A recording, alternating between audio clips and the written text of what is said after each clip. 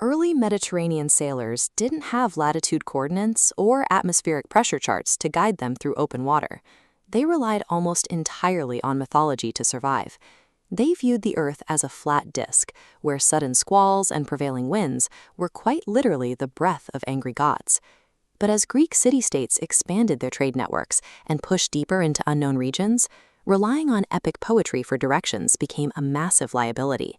They needed accurate, predictable models of the seas and coastlines to ensure their merchant fleets actually made it home. A new wave of scholars recognized that the physical world wasn't a chaotic playground of deities. They realized the Earth could be observed, measured, and mapped using strict logic. By tackling this problem from two different intellectual angles, these early thinkers established the two foundations of a brand new discipline. They laid down both the mathematical and the literary traditions of geography. The literary tradition focused on the qualitative experience of the Earth.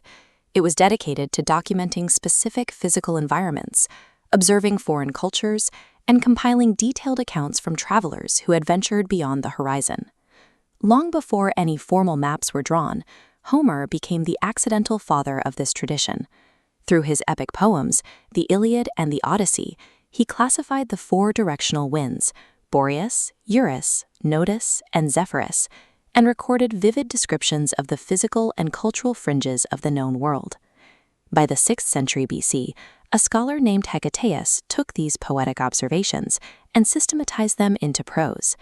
In his massive written description of the Earth, the Ges Periodos, he established two distinct ways to study space: the law-seeking or nomothetic approach and the purely descriptive ideographic approach.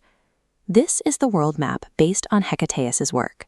He organized the known world spatially by drawing a horizontal line across the Mediterranean, dividing the land into two distinct zones, Europa in the north and a southern region containing Libya and Asia. This descriptive tradition peaked with Herodotus.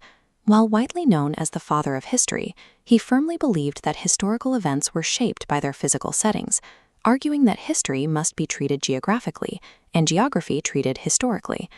To prove this, he ventured into the field of geomorphology. By observing the landscape of Egypt, he declared the country to be the gift of the river. He even attempted to calculate the age of the Earth by measuring the rate of silt deposition building up the Nile Delta over millennia. This literary approach established a baseline.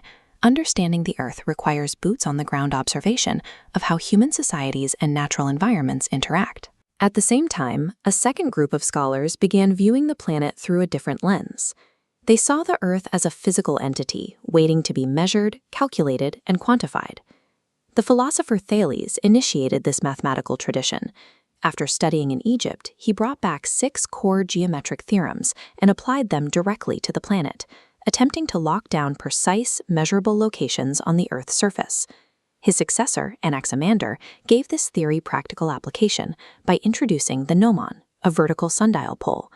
By tracking the length and angle of its shadow as the sun moved, Greek scholars could calculate exact latitudes, mark solstices, and track equinoxes. Armed with this desire for geometric order, Plato applied deductive reasoning to the planet itself. He argued that the Earth must be spherical because a sphere represented mathematical perfection. Aristotle followed this up with inductive reasoning. Instead of relying purely on mathematical ideals, he compiled physical, scientific evidence to prove the Earth's curvature, and went on to theorize the existence of distinct climatic zones banding the globe. Together, these mathematicians and philosophers gave humanity the structural framework, the rulers, the compasses, and the coordinates necessary to build an accurate map of reality. The Greek Golden Age concluded with the establishment of a spherical, measurable model of the planet, categorized into distinct mapped ecological zones. But coordinates on a grid are only half the picture. A map is functionally incomplete without an understanding of the flowing rivers, the climate patterns, and the cultures of the people inhabiting those spaces. This Greek methodology, pairing rigid data with field observation, was carried forward by Roman and Arab scholars to become the standard for the modern discipline. Whether a researcher uses satellites to track glacial retreat or interviews a village about drought, they are applying the two methodologies defined over 2,000 years ago.